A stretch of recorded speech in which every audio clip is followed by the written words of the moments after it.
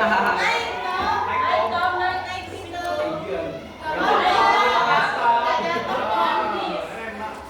itu Pak Pandir pergi memancing. Ia duduk di tepi sungai sambil bersiul. Hari ini dapat ikan banyak katanya. Selama menunggu umpan tak dimakan, Pak Pandir mulai bosan. Ikan-ikan ini mungkin masih hidup malamnya. Tiba-tiba seekor ikan besar melompat dari sungai. Air tercimpras ke muka Pak Pandir. Alamak, ikan apa ini? Teriaknya. Pak Pandir panik. Ini mesti ikan hantu. Dia langsung lari pulang tanpa ambil pancing. Sampai rumah, dia terengah-engah. Istrinya heran. Kenapa bang? Pak Pandir menjawab. Saya nampak ikan hantu, besar sekali. Istrinya ketawa. Mbak, itu ikan biasa, warnanya pekat. Sebab air sungai penuh. Pak Pandir garuk kepala sambil malu. Oh, jadi itu ikan normal ya? Iya betul. Besok pancing lagi sana. Kata istrinya. Besok pagi Pak Pandir kembali memancing. Kali ini ia membawa bawang putih dan cermin kecil. Kalau betul ikan hantu, saya tunjuk di cermin biar dia takut. Orang kampung yang lihat pun ketawa terbang-terbang. Yeay. Dia bolos, konyol, agak suka bodoh. Tompol. Alamak.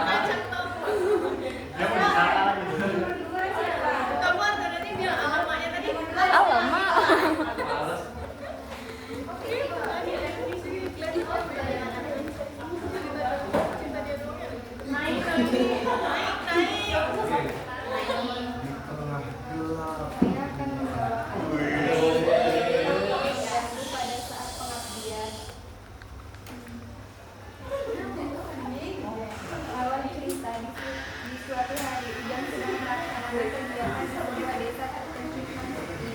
Dalam kegiatan itu, dia tidak sendirian.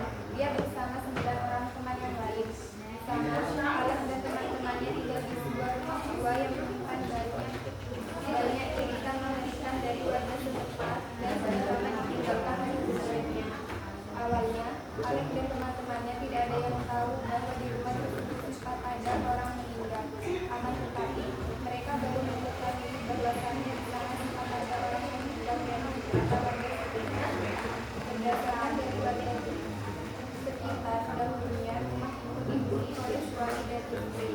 Menurut cerita, mereka meninggal 7 tahun lalu sebelum kedatangan Alek dan teman-temannya. Apabila dilihat dari luar, rumah itu tampak seperti rumah biasa. Pada umumnya tidak terlihat menyeramkan, namun apabila dilihat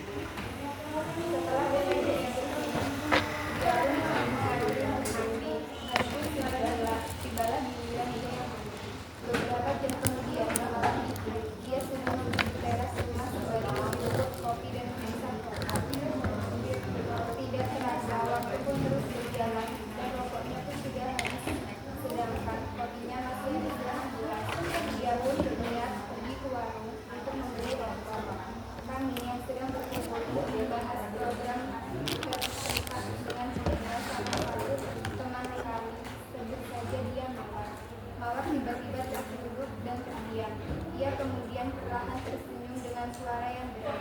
Kemudian dia menengadahkan diri, berteriak seperti macan. Kami pun kaget dan ketakutan. Sontak kami segera memegangi tangannya sembari dia mengangat. Matanya melotot tajam, suaranya makin ngebas, seperti suara pria dan dia terasa semakin kuat. Kami yang sedang berkumpul langsung berpikir sebisanya.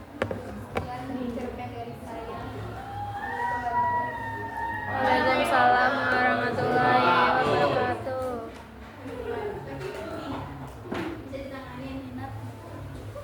Ih, jahat.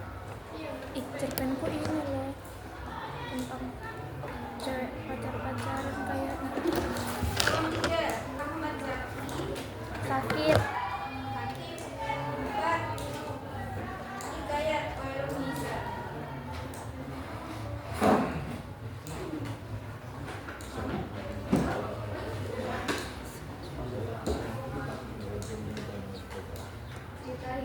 Hikayat si miskin dan putri raja. Pada zaman dahulu hiduplah seorang pemuda miskin bernama Marwan. Ia tinggal di sebuah gubuk kecil dan bekerja sebagai pencari kayu bakar.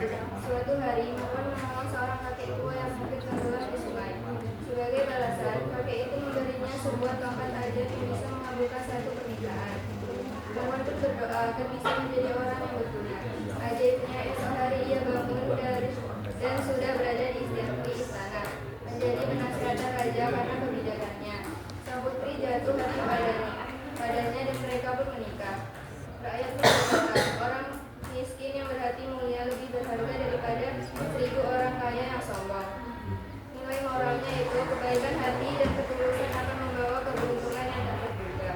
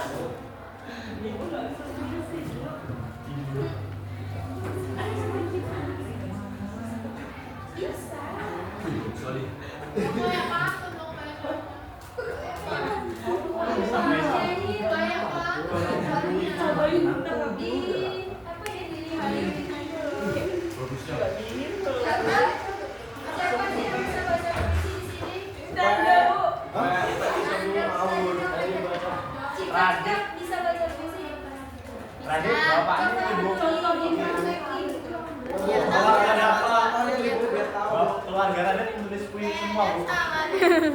Iya, Dit. Enggak, Bu. Enggak suka bawa. Coba dulu. Wih, bagus. Belum, Ariel.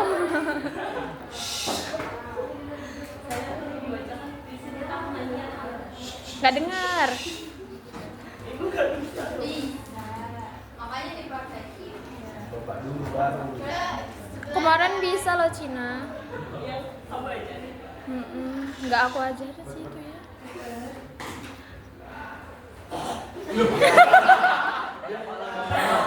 Apa dia?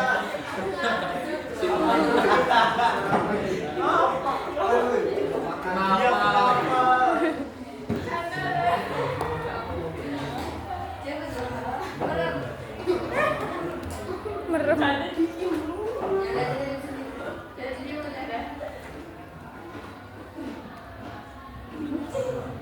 Apa sih DMM? Ninat terus.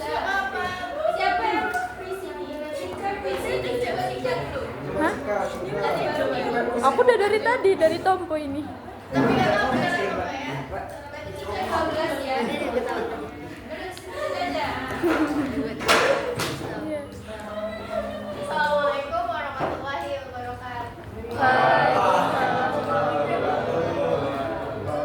Saya akan membacakan puisi yang berjudul Langkah yang Tak Pernah Padam.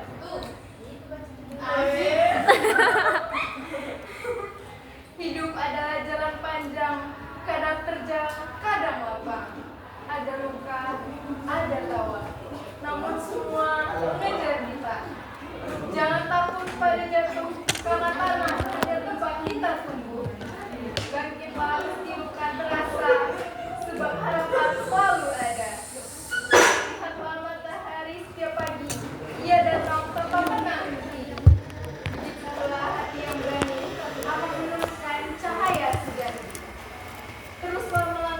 Jangan menyerah.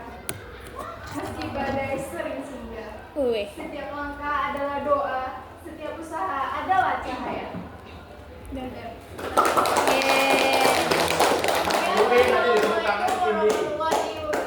Waalaikumsalam warahmatullahi wabarakatuh.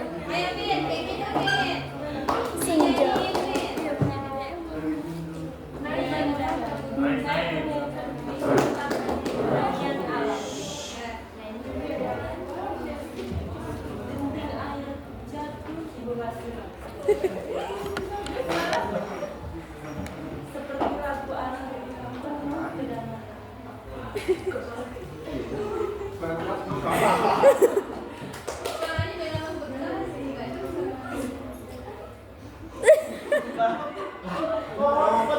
Kita juga tak cerita ini. Kita pun nggak kelihatan ini.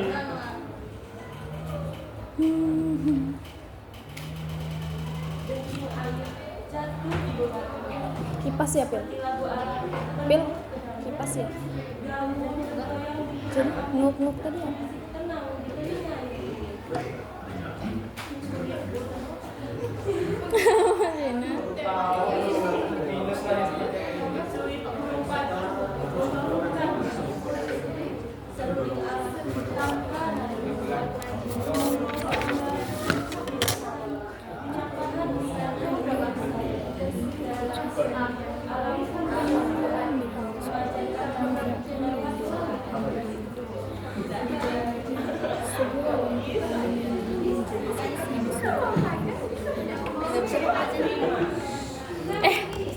DDM too much nggak kalau mengganti ini dia dan Erik?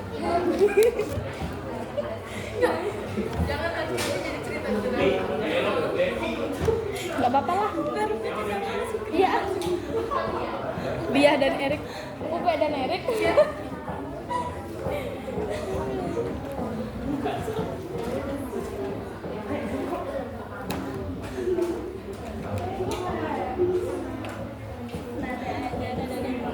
Nada dan Upe. Orang mau dia dan Erik. Devi nanti ya. Nah, sekarang mau cuci dulu. Nada.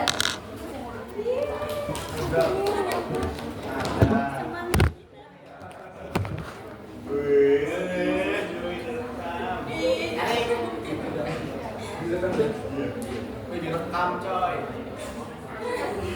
Pos lagi di pos. Assalamualaikum warahmatullahi wabarakatuh. Waalaikumsalam warahmatullahi wabarakatuh. Saya akan membawakan cerpen yang berjudul Takdir di Bawah Rintik. Angin malam berhembus, menggerakkan daun-daun bergerak, pohon benih. Di bawahnya, sebuah bangku taman yang dingin menjadi saksi sepak dengan Dito dan Laras. Sejak tadi, tak ada kata yang terucap. Laras hanya menunjuk, memainkan ujung syalnya. Sementara Dito memandang lurus ke depan, ke arah lampu-lampu jalan yang kabur oleh deras. Hari ini adalah hari ulang tahun hubungan mereka yang baru. Seharusnya malam ini penuh tawa dan cerita seperti tahun-tahun sebelumnya. Namun kenyataan pahit justru hadir di depan mata. Laras baru saja memberikan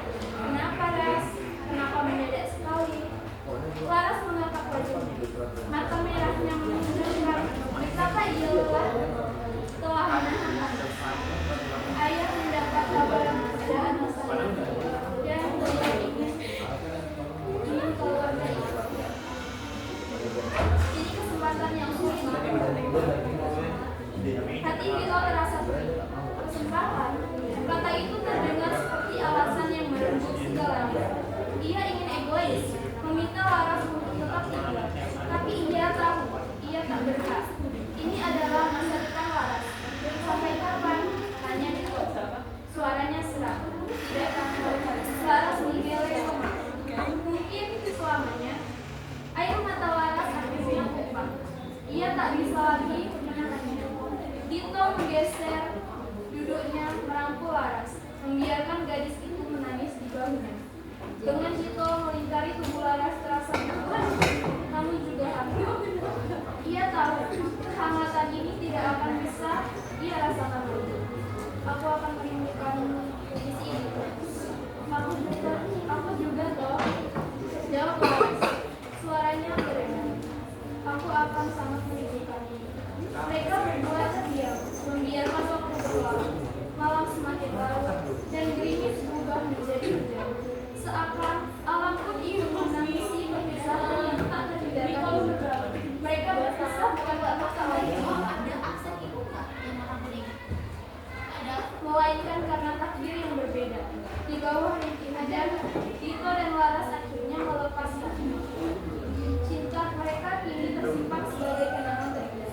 Di bawah pohon tua, di bawah utamanya. Sekian dari saya. Wassalamualaikum warahmatullahi wabarakatuh. Waalaikumsalam. Mantap, mantap, mantap. Mantap. Alat itu depan. Kemungkinan yang tidak bisa cepat ya. Yes. Jam berapa Ibu? Tergantung MBG-nya datang cepat apa tidak. Kalau MBG-nya datang jam 2, berarti jam 2 kita tidur. Udah lo nggak usah bungkus. Datang sekarang please. Ya kan, amin. Mantap. Mantap. Kenapa harus banget di sini ya? Full banget nih.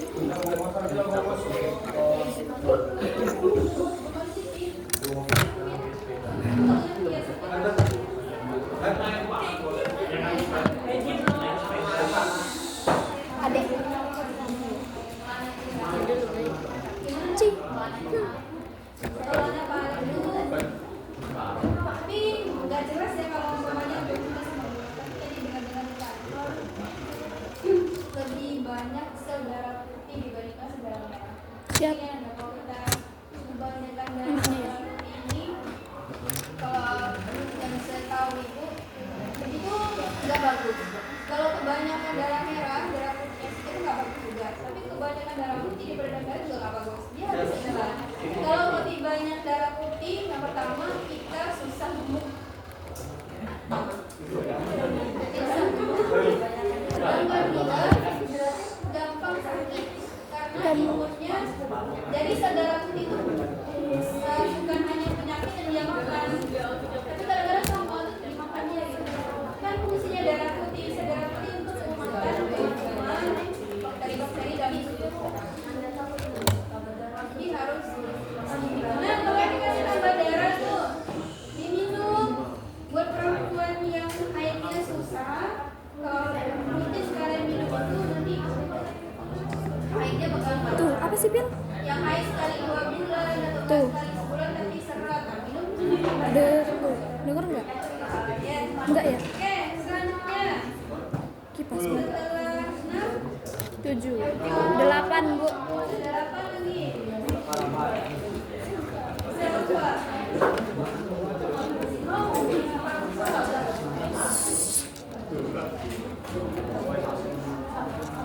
Jadi saya akan menceritakan tentang kehidupan Woi, diem. pada suatu hari suatu hari dia bertemu dengan Leo yang sedang bermain dengan caranya dia tak menawan. Setelah berdiri melihat Leo yang bisa bermain dengan bebas di bawah sementara ia tidak bisa. Aku ingin bisa berlari dan melompat seperti manusia lalu mualah pada Leo. Apa sih? Tapi kita punya sirip yang indah dan bisa bermain dengan cepat dari manusia. Wow, tiba-tiba dia punya ide bagaimana kalau kita putar kaki dengan sirip. Saya terkejut. Tapi ayahmu pasti marah. Ini dan aku tidak tahu tentang ayahku sedang Bising kali. aku kan bisa belajar berenang. Akan ketahuan Pak. Akhirnya Dari di Tompong. mereka walau saat sangat senang dia bisa berlari di atas pasir dan Yeay. Pasti kalian nggak tahu isi ceritanya apa. Enggak, karena kan Berisik dua orang ini juga. ya kau udah baca dulu. Sembilan. Sepek, dapat sepek. Dapat sapi. Dapat sapi. Sepek, dapat sepek. Dapat sapi. Halipi. Saya akan bawa cerpen yang judul Kamu Tua di Tepi Muara. Nggak dengar. Tentang kali di tepi muara Sungai Rokan berdirilah sebuah perahu tua. Catnya sudah mengelupas, papan kayunya retak di sana sini. Namun bagi Pak Jali, kamu bukan sekedar kayu dan papan, itulah saat tertentu. Setiap subuh, Pantun. Pak Jali selalu datang ke Cerpen. muara, bukan untuk melaut lagi. Usianya sudah terlalu renta.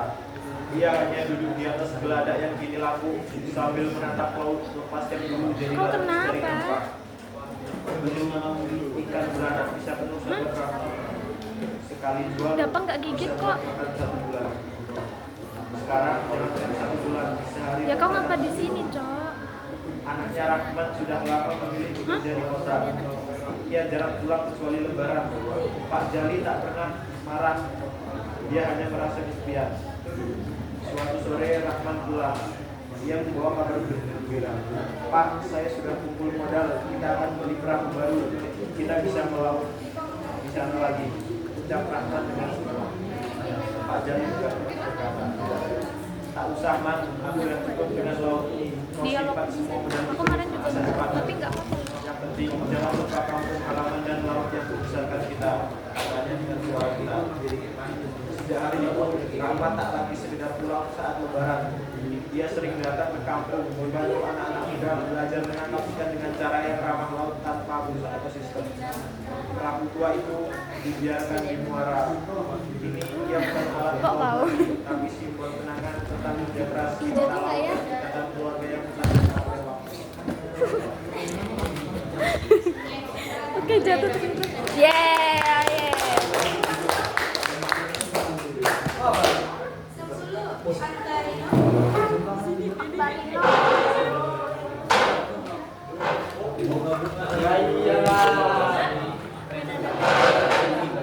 Hah? Nggak lihat. Assalamualaikum warahmatullahi wabarakatuh. Waalaikumsalam warahmatullahi wabarakatuh. Sini saya akan menceritakan tentang sebuah cerpen yang cerita tentang pulang ke rantau. Di sebuah desa kecil di Riau, seorang lelaki tua bernama Pak Tua kembali ke kampung halamannya setelah bertahun-tahun mencari rezeki di kota.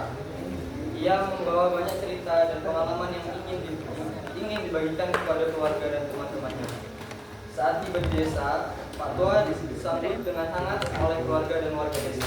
Tangkap ya. Mereka bertanya tentang pengalaman Pak Tua di kota, dan ia dengan senang hati membagikan ceritanya. Pioli. Pak Tua menceritakan tentang kehidupan di kota yang sibuk dan penuh dengan tantangan. Namun, ia juga menceritakan tentang keindahan alam dan kebudayaan Melayu yang masih terjaga di desa. Setelah beberapa hari di desa, Pak Tua merasa bahwa ia telah menemukan kembali dari dirinya sebagai orang Melayu Riau. Ia merasa bangga dengan warisan budaya Melayu dan tradisi keluarga. Pak Tua memutuskan untuk tinggal di desa dan membagikan pengetahuannya kepada generasi muda. Ia ingin melestarikan budaya dan tradisi Melayu Riau agar tidak terlupakan.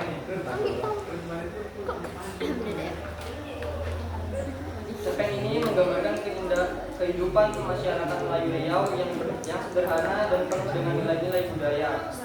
Pak Tua sebagai tokoh utama, cerpen ini menunjukkan Ya, ambil ini. bagaimana DDM. seorang dapat menemukan kembali jadi dirinya dan melestarikan warisan budaya. DDM. Sekian dari saya. Wassalamualaikum Yeay. warahmatullahi wabarakatuh. Waalaikumsalam warahmatullahi wabarakatuh. Oh, DDM maju. Oh, DDM maju. Ih, DDM. Semangat DDM. Ambilin itu. DDM.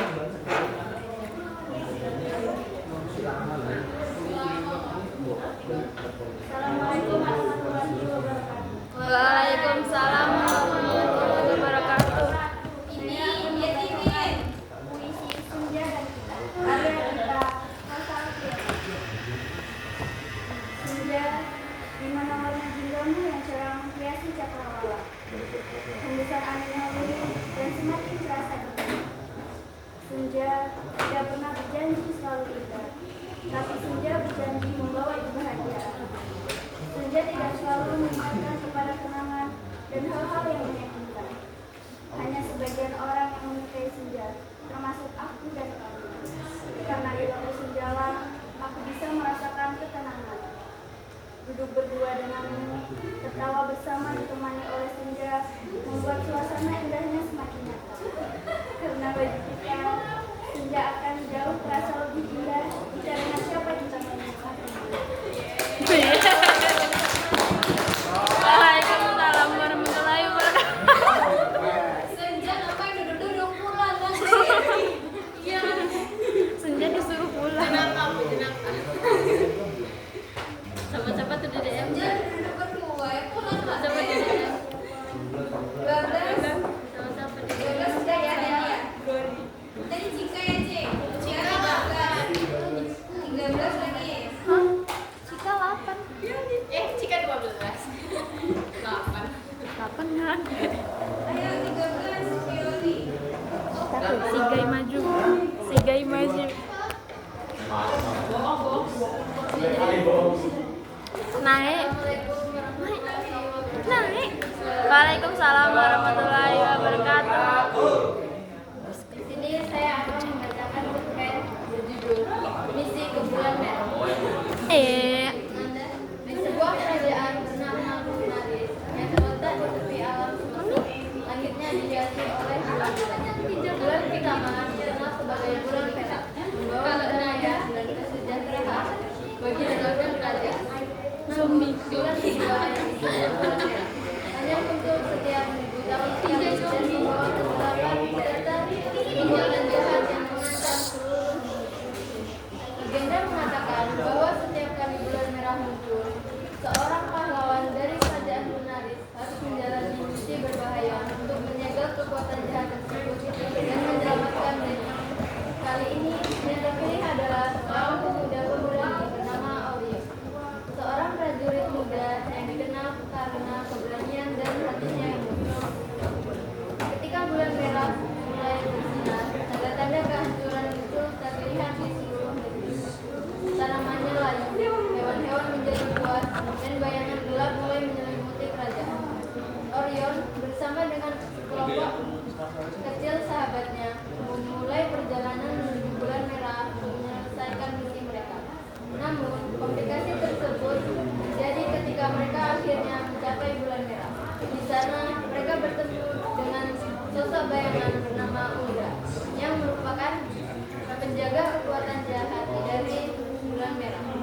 Undra ternyata memiliki kekuatan untuk mengubah pikiran dan hati seseorang, membuat mereka berbalik melawan sahabat mereka sendiri. Saat Undra mempengaruhi Orion, ia mulai meragukan dirinya dan bertanya-tanya apakah ia benar-benar mampu menyelamatkan dunia. Bahkan sahabat-sahabatnya mulai terpecah karena pengaruh Undra. Ini adalah momen kritis di mana Orion harus memutuskan antara menyerah pada kegelapan atau terus maju meskipun semua harapan tampak hilang. Dalam detik-detik terakhir, Orion mengingat ajaran sang orang tuanya dan nasihat dari para bijak kerajaan. Ia sadar bahwa kegelapan hanya bisa dikalahkan dengan cahaya dalam dirinya sendiri. Dengan kekuatan hati yang baru ditemukan, Orion mengusir pengaruh Undra dan menyatukan kembali kelompok. Mereka bersama-sama melawan Undra dan berhasil menyegel kekuatan jahat bulan merah. Dengan menggunakan artefak kuno yang mereka bawa dari kerajaan. Saat segel tersebut aktif, bulan merah mulai tinggal dan kembali ke peredarannya yang dulu.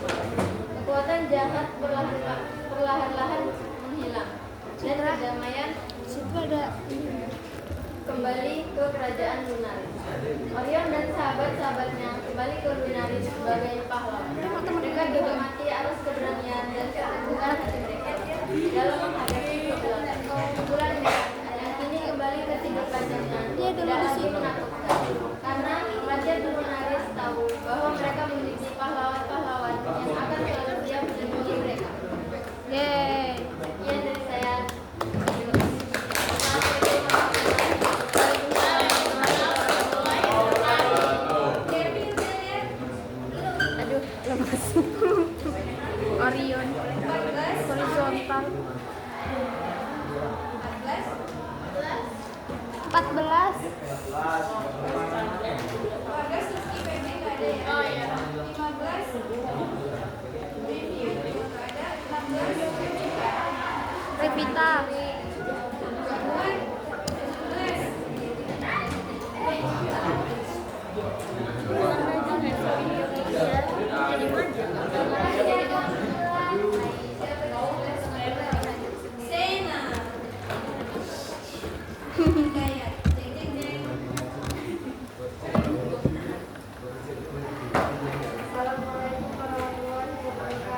Waalaikumsalam warahmatullahi wabarakatuh.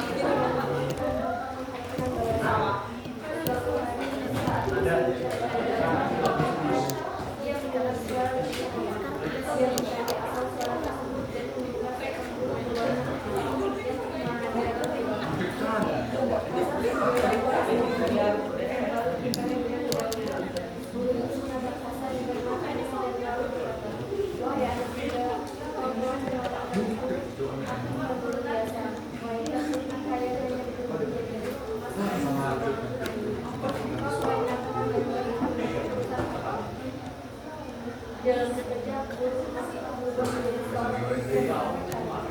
Ia memperkenalkan diri sebagai cahaya dari kerajaan wanita. Namun terbukti, nama tetap rendah hati. Putri Cahaya pun menawarkan rasa dari keimanan dan kekuatan cahaya seluruh. Sampainya di istana, tadi sama sekali dengan susah tidak menjadikannya penasehat kerajaan. Namun, asal tentang hidup sederhana dan tidak lupa bersyukur kepada Tuhan.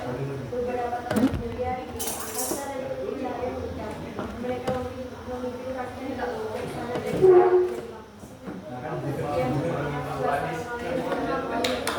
Waalaikumsalam warahmatullahi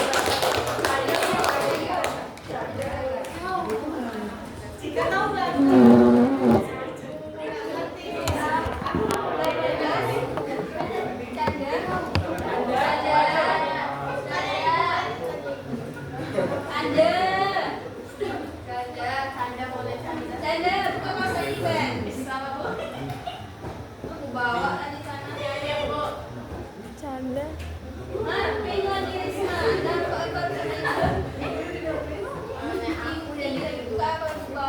Canda kok belang.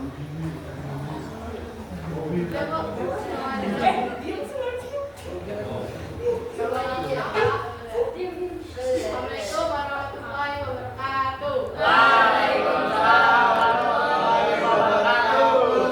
Saya di sini akan membacakan puisi tentang anak perempuan.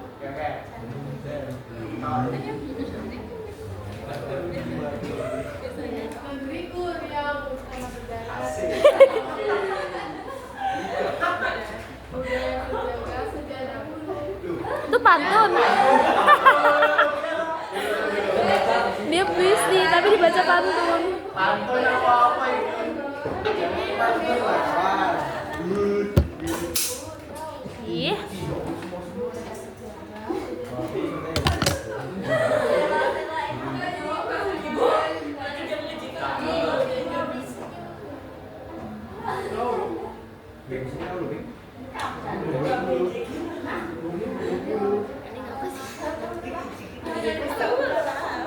Oh iya.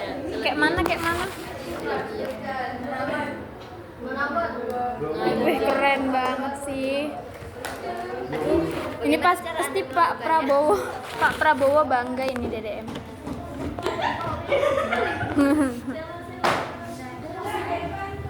Pantun. Cakep.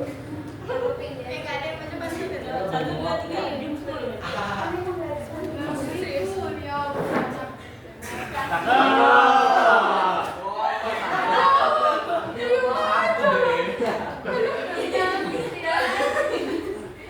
Ayo baca dulu.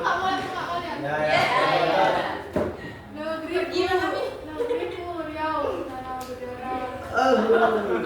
Cakep. Budaya terjaga sudah dahulu. Pantun Canda itu.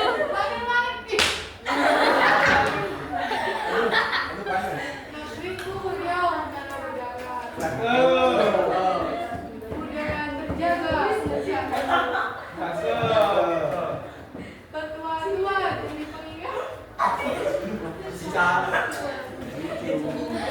hidup yang penuh ilmu.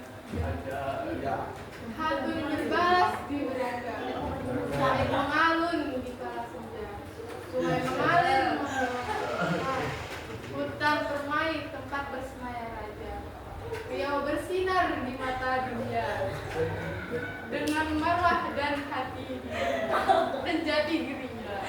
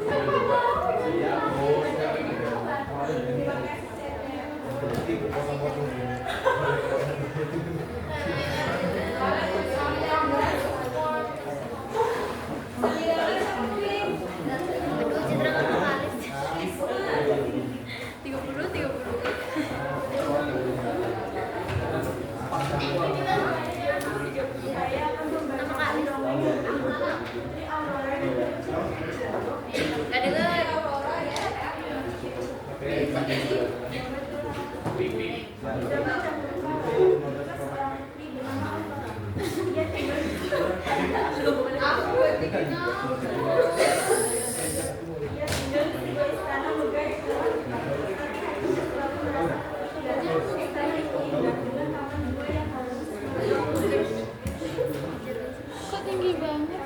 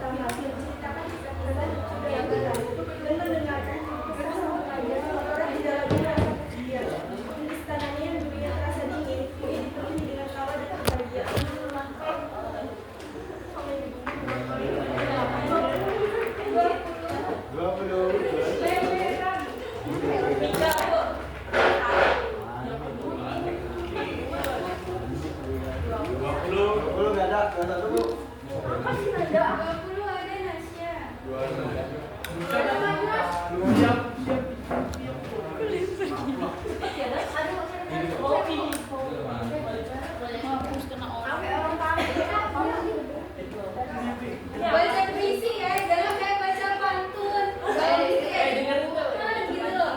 Gak bisa, Bu. Kayak tanah tuh, tanah. Gak bisa. Kalau baca pantun, bener kalau ada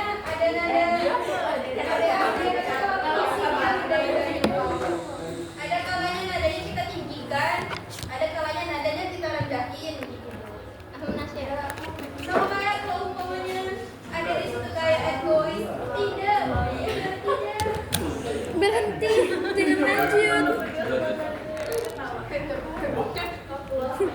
Benderanya hilang.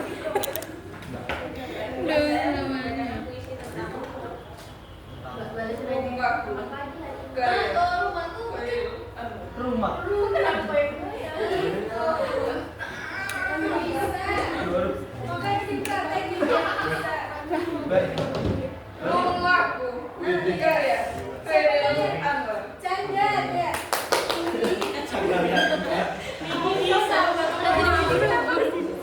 Aku mau minum lidi kok. Rumah dari tunggu. Gimana nih? Kaca jernih dari luar segala. Kulari dari gedung lebar halaman. Aku tersesat tak dapat jalan. ketika senja di pagi terbang entah kemana. Rumahku dari embun timbun saja. Di sini aku berbini dan beranak. Rasa lama lagi, tapi datangnya datang. Aku tidak lagi meraih petang. Biar berbeleran kata manis madu hingga menagih emasa.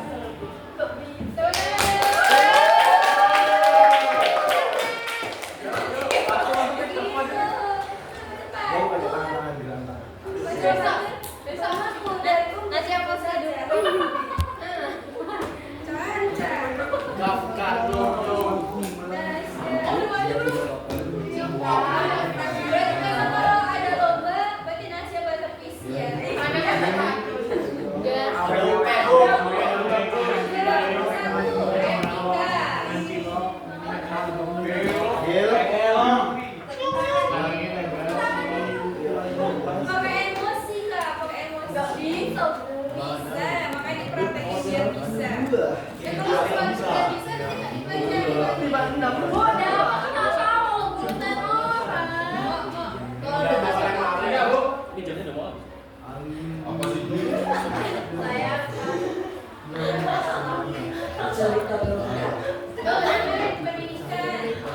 Blueberry.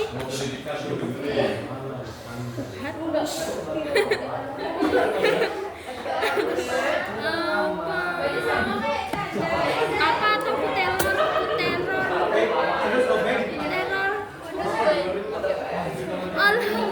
Tugas nanti. Minta Rizky kerjakan. Kenyang.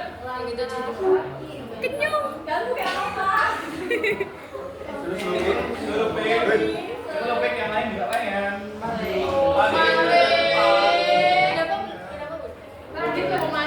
Ini yang sini.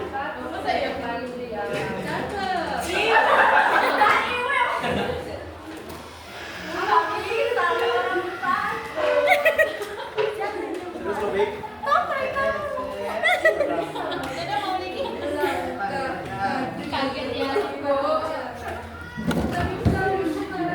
Oh, aku teror ya, Cika. Kesannya kena mata loh. Ya, oke Citra, pakai apa ya?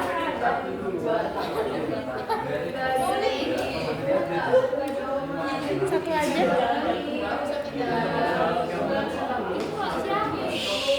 Nanti balikin ya teman-teman siapa pun yang kena. Dapat dibayarkan yang pada siapa tentang arti hidup yang sebenarnya. Ih, jauh banget. Pendidikanlah yang Sampai enggak? Yeay. Kenyung. besok kita kalau udah materi kita coba nanti satu-satu. Yakin Bu? Bagus Bu. Yang cerpen tak suruh nanti bikin syair. Gas. Gimana tuh bahasa saya? Yang lebih susah lagi nggak ada. Kalau kalian kok beda. Kalian pernah dengerin orang bersair kayak orang Riau lagi mau menikah?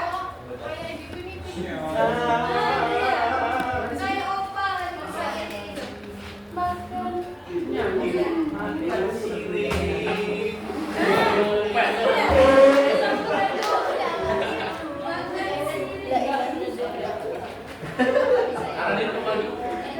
Satu dan dua. Hadir. Aditya. Din. Assalamualaikum warahmatullahi wabarakatuh. Waalaikumsalam warahmatullahi wabarakatuh. Di sini saya akan membacakan berjudul Burung Kecil dan Pohon Tua. Di tepi hutan berdiri sebuah pohon tua yang mulai rapuh. Suatu hari, seekor burung kecil yang tersesat hingga berita bangga. Pohon tua, bolehkah aku Iya nggak sih? berteduh di sini? Tanya sang burung. Tentu saja, jawab sang pohon. Selama aku mampu, aku akan melindungimu. Dek, maaf ya dek. Hari-hari Nggak berlalu, sengaja aku mau ngelempar burung batu. kecil tumbuh, belajar terbang dan bernyanyi. Adek Dia mah. selalu kembali ke pohon tua setiap kali lelah.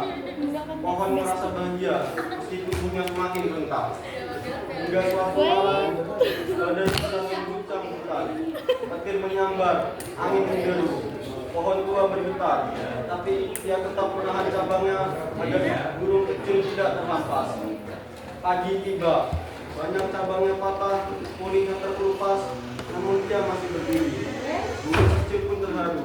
Terima kasih, kau telah menjagaku dengan segenap kekuatanmu. Sang pohon lalu tersenyum. Ingatlah, kekuatan sejati ada pada hati yang rela berkorban.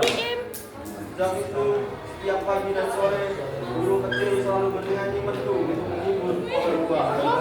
Mereka pun menjadi sahabat selamanya. Yeay. Ariel.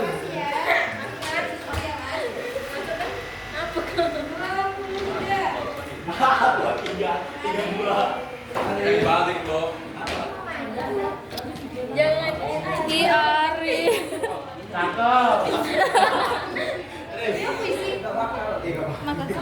Dari Bu. Assalamualaikum warahmatullahi wabarakatuh. Saya di sini membacakan legenda Tangkuban Perahu. Dahulu kala di sebuah kerajaan di tanah Pasundan, hiduplah seorang wanita cantik bernama Dayang Sumbi. Dia tinggal bersama anaknya bernama Sang Kuryang. Mereka hidup damai di sebuah pedalaman hutan. Sang Kuryang adalah anak yang cerdas, tetapi agak nakal. Malam dibuka. Suatu hari, dia pergi berburu bersama anjing kesayangannya, Tumang, yang sebenarnya adalah ayah kandungnya yang dikutuk menjadi anjing oleh para dewa. Dalam perburuan itu, Sang Kuryang membunuh Tumang karena tidak menuruti perintahnya. Saat pulang dan memberitahu ibunya, Dayang Sumbi sangat marah dan memukul kepala Sang Kuryang dengan sendok nasi hingga berdarah karena kecewa. Sang Kuryang pun pergi mengembara. Bertahun-tahun kemudian, Sang Kuryang tumbuh menjadi pemuda tampan dan kuat. Dia kembali ke tempat asalnya tanpa mengenali Dayang Sumbi yang tetap muda karena dikaruniai kecantikan abadi oleh para dewa. Mereka bertemu dan saling jatuh cinta.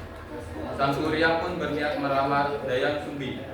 Namun, Dayang Sumbi melihat bekas luka di kepala Sang Kuryang dan menyadari bahwa itu adalah anaknya sendiri. Dia pun menolak lamaran tersebut. Sang Kuryang tidak menerima penolakan itu. Untuk menolaknya secara halus, Dayang Sumbi memberikan syarat. Sang Kuryang harus membuat danau besar dan sebuah perahu raksasa dalam satu malam sebelum matahari terbit. Dengan bantuan makhluk halus, Sang Kuryang hampir menyelesaikan tugas itu. Dayang Sumbi panik dan meminta penduduk untuk membentangkan kain putih ke timur dan menumbuk lesung agar terlihat seperti fajar sudah tiba. Para makhluk halus pun ketakutan dan pergi. Sang Kuryang marah karena gagal, lalu menendang perahu raksasa yang dibuatnya hingga terbalik. Perahu itu jatuh di hutan dan menjadi sebuah gunung yang kini dikenal sebagai Gunung Tangkuban Perahu. Assalamualaikum warahmatullahi wabarakatuh. Waalaikumsalam warahmatullahi wabarakatuh.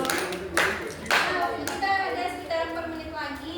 Itu kita sambung aja minggu depan. 30. Aku sih besok loh. Satu lagi. Sudah. Karena banyak yang request ya dan nanti. Masa lo? Tadi tak bilang sampai hidung ucap-ucap. Lepas dendam secara ini. Ya.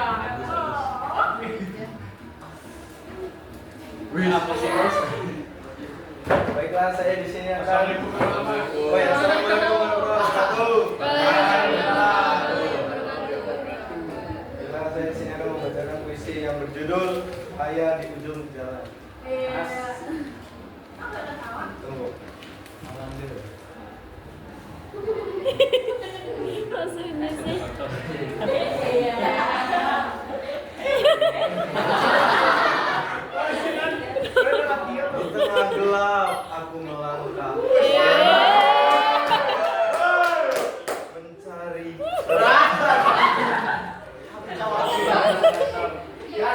dan mendung tak kuhiraukan karena harapan masih kurasa. Langkah kecil ku ayun pasti meski badai menghadap hati.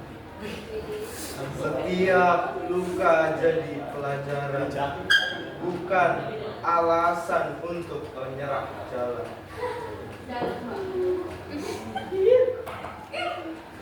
Angin dingin menusuk dada, namun semangat tetap menyala. Aku percaya pada pagi, meski malam panjang sekali. Tak ada gelap yang abadi selama cahaya tak disembunyikan diri.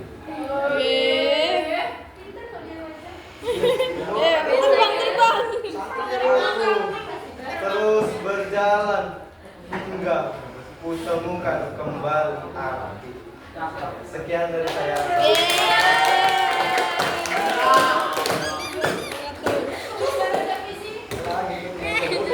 Ikutin lomba, Bu.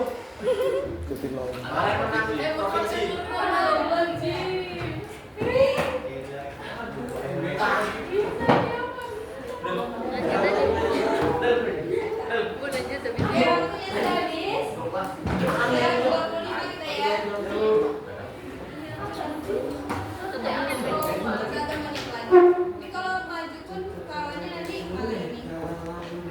Anda nanti kalau seumpamanya, ibu mau nanya deh, kalau MBG itu datang makanan bergizi gratis ya namanya. Kalau kemarin agak enak ya, ada sambelnya. Kali itu pengen rating ya. Iya. Kalau kasih MBG itu kalian seneng apa biasa aja? Senang. Sangat mensyukuri. Tergantung menu. Ya, waktu pertama hari Senin, ya kurang ya. Ya. Tapi kalau kemarin habis, ini caranya karena banyak yang nggak habis gitu. Nanti kalau semuanya kalau perempuan kan sedikit ya. Kalau nggak habis tak wari sama laki-laki. Ya makan gitu. Kemudian ada anak yang nanya juga, Bu, emang guru dapat ya? Tidak, guru nggak dapat, cuman banyak sisa kayak sekarang nih ada berapa orang yang nggak sekolah. Lokal lain juga, ya. Jadi itu dikumpulin. Nah, kalau bawa pulangnya kan sia-sia. Jadi guru-guru yang mau makan. Yang enggak ya enggak. Terima kasih banyak perhatiannya. Udah begini. Terima kasih banyak. Assalamualaikum warahmatullahi wabarakatuh. Waalaikumsalam warahmatullahi wabarakatuh. Tapi kalau lapar, makan, kalau kerja, kasih ke kawan ya. Kasihan coy. Miskin. Ayo bagikan ya, Habis ini apa? Fisika nggak sih? Fisika, Beb. Tahu nggak? Aku ngomong pasti kenyang banget. Dia Oh. Loh, kamu bilang apa? Mas kenyang banget. Aku tadi dengernya habis ini apa? ada emang guys. Gak denger, Cok.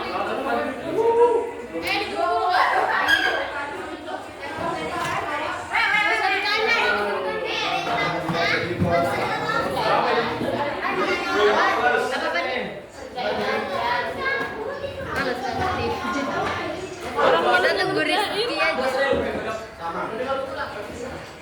Yang ikut motor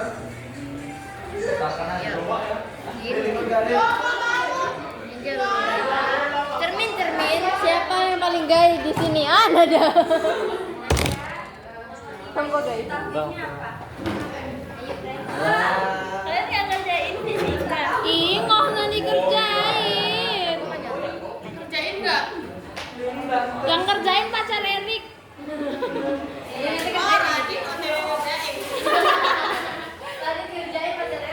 Rizky di rumah kerjain.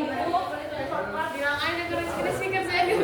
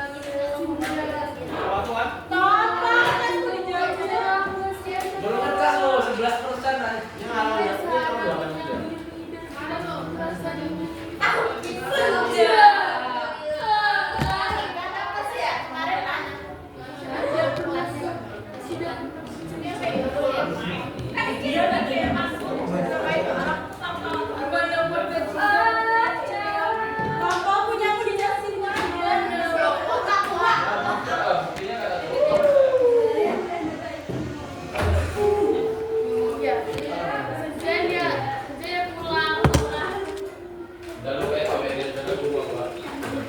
Belum Pak. Dadah dan dokter. Nada kami ngerjain fisika. Oke deh. Karena mereka cinta Erin.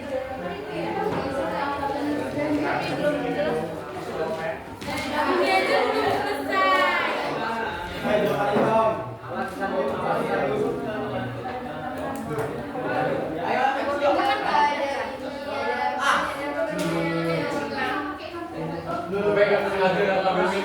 mana nih?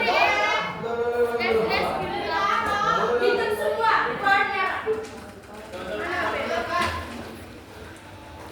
Bapak merah ada Udah teh pakai teh. Kita bisa ngikutin dulu sih.